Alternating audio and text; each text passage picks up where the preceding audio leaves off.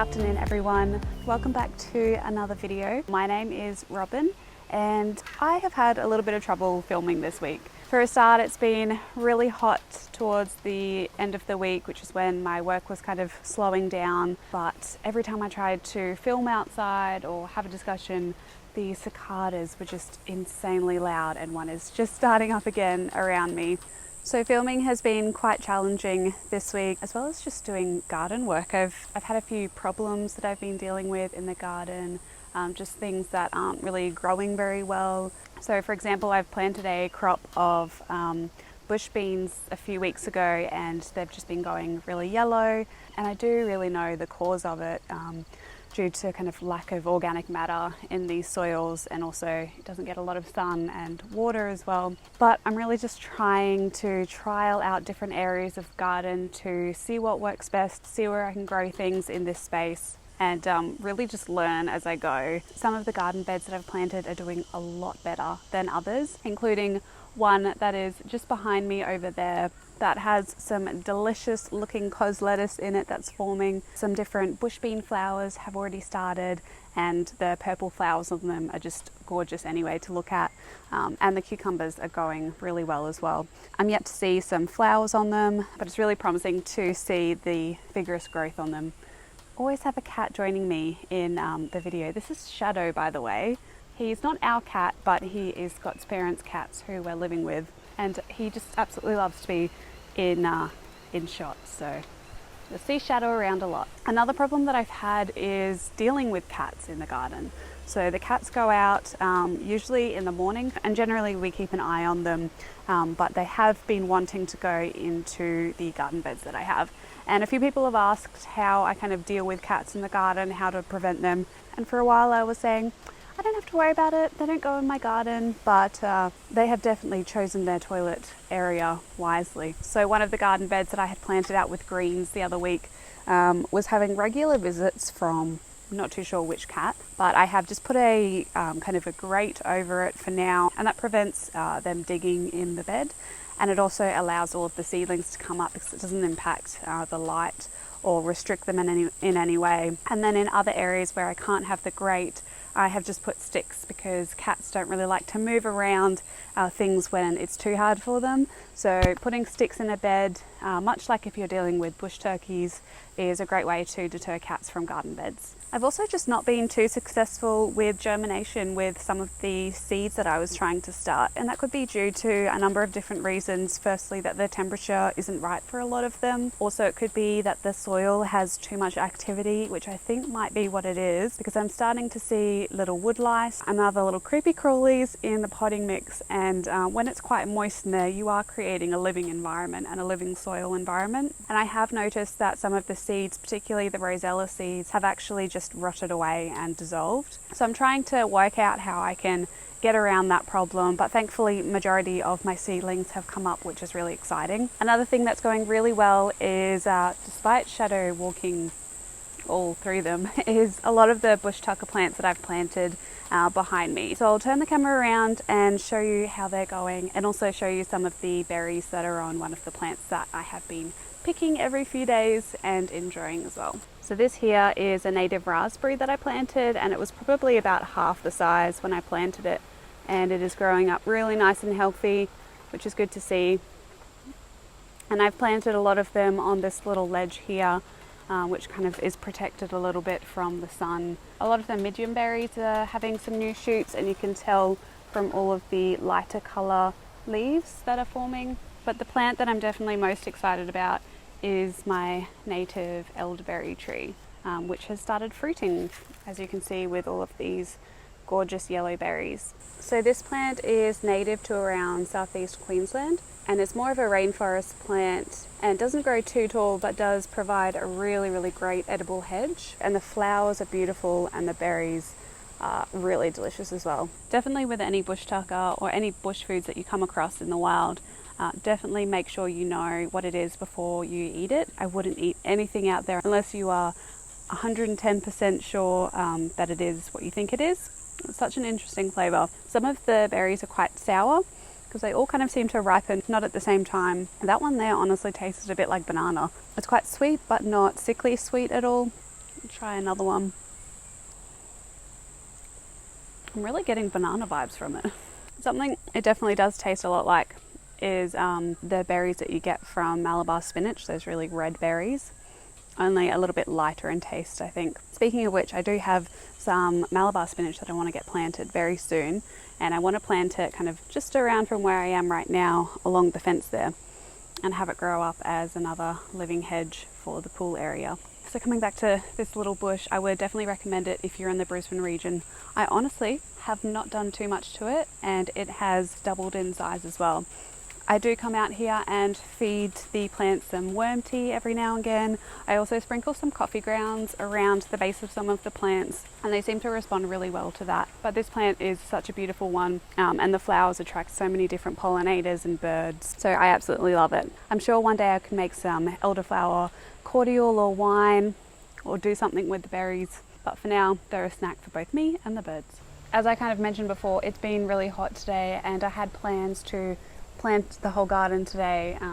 Then we got kind of threatened with a severe storm before, but thankfully we didn't get too much. I filmed a really awesome time lapse of the storm that went by, and I think I'll include that kind of at the end of the video. So look forward to that if you're interested in different cloud formations. I've been thinking a little bit this week, and I found myself really reaching for a lot of inspiration right now, planting this garden and planting different areas around this landscape. And I thought that it'd be cool to kind of have a little bit of a chat about inspiration and where I find inspiration from, and also for any of you to let me know where you get your inspiration for gardening or permaculture or homesteading from. I've definitely shared quite a bit of different channels that I like to watch, but there are definitely a few that really stand out, and I thought I would share just a few channels with you in case you aren't aware of them. The first one I definitely have shared about, and that is Colette's channel over at Beltane Cottage, or Beltane Cottage, depending on how you pronounce it. I love Celtic mythology and I love Irish history and the Irish landscape. I think it's such a special place and has gone through a lot of change, being that Ireland was once covered in beautiful ancient different rainforests and woodlands, and was pretty much pillaged for its wood, and now is a really barren landscape, and people see it as kind of the Green Isle and a great place for rearing sheep and different mountain breeds of cattle. But I don't hear a lot about the restoration of Ireland, and what Colette has done on her property is just absolutely mind-blowing. I'm currently reading her first book, which is A Cottage and 3 Acres, and every time I read it, even if it's really late at night, I kind of want to stop reading and plan a different garden bed or go outside and plant a tree. Her main ethics are around kind of green goddess permaculture and connecting with the divine and nature really, and gardening with nature, which is something that I am really trying to learn more about. And she pretty much turned a really rundown piece of land, which was called poor land in the kind of agricultural setting, and has created this magical woodland which is now full of life, and has done so in I think something like 16 years or something like that. But she's really given me inspiration to restore different landscapes and also apply permaculture principles to my garden, which is why I want to kind of do this kind of food forest style behind me and use the natural principles in nature to grow food. Another one of my favourite channels is Edible Acres. So Sean and Sasha have a permaculture nursery over in I think New York State, where they grow a lot of cuttings and just have the most in-depth, amazing, informative videos on just how to do a project, whether that be creating the swales like I did behind me, or how to prune a tree, the best plants to plant in a wet area or a dry area. Sean gives some really great advice. And also, if you're a fan of chickens like I am, he has some really cool videos about his chicken compost that he creates, where he gets different food scraps and free material from around him in the neighbourhood, and then the chickens help to break down all of that material and fertilise it with their own fertiliser and make a really rich compost. And it's so interesting and provides some really great information about gardening. Moving to a different area of the world, I absolutely love watching Katrina's videos at Homegrown Garden. She is in the UK and she has an an allotment, and she is really interested in soil health and growing as much as she can in her allotment, and some of her harvest videos are just so stunning and make me want to just plant as many plants as I can. She really does give me a lot of inspiration for the garden, for not only growing food to eat but also to enjoy as well, and that includes different flowers, non-edible plants as well that I can place in and around my garden to create little wildlife areas, as well as areas where I harvest food from. And then in Australia there's another channel that I've recently come across, and that is Living the Dream Permaculture. Natalie has an amazing permaculture property that really does inspire me to get planting. She has so many videos of how she has planted the garden and how to use your harvest and make different things in the kitchen. She has a really informative website as well and does really great garden with me videos, so I would definitely recommend checking out that channel as well. YouTube is pretty much where I get my inspiration from, but I also love to read books. I am definitely a book lover and currently reading a few books that I will kind of pan on the screen. Both fiction and non-fiction can really inspire me to get out in the garden and design different garden areas. And I'll probably do another video later down the track on some of the books that have really changed how I do things and how I live my life and my beliefs as well. But I will link down all of the books that I'm currently reading down below that give me a little bit more inspiration, and I will also link my Goodreads account, which you can see kind of what I'm reading, where I've started to review some of the books that I'm reading as well. Definitely let me know in the comments what channels inspire you. I know there are so many out there and I could really go on and on, but those ones have been lately where my inspiration has come from, that are really kind of centered around gardening, which is what I'm putting a lot of my effort into for this garden around here. Right, so I feel like this video is getting a little bit long. I have to go see if the rest of the corn cobs have any corn kernels on them, so I'm going to go harvest those and see what we can get, and then I will wrap the video up. Alright, so I just got the last 3 little baby corns from the sweet corn plants. Look, I'm not expecting to feast off these, but let's just see what we get. I can already see that the pollination isn't fantastic. And I have found, on Instagram at least, that so many people in southeast Queensland and Brisbane have had really poor pollination with their corn, which I think might have just been due to a lot of the wet weather that we had, which obviously when your corn is pollinating and needs to be pollinated kind of those every day, if you're getting a lot of rain, that's kind of preventing that pollen to fall down onto the cobs and pollinate all of the kernels through all of these. So that's what I'm putting it down to for me. I'll take what I can get with this. So let's have a look.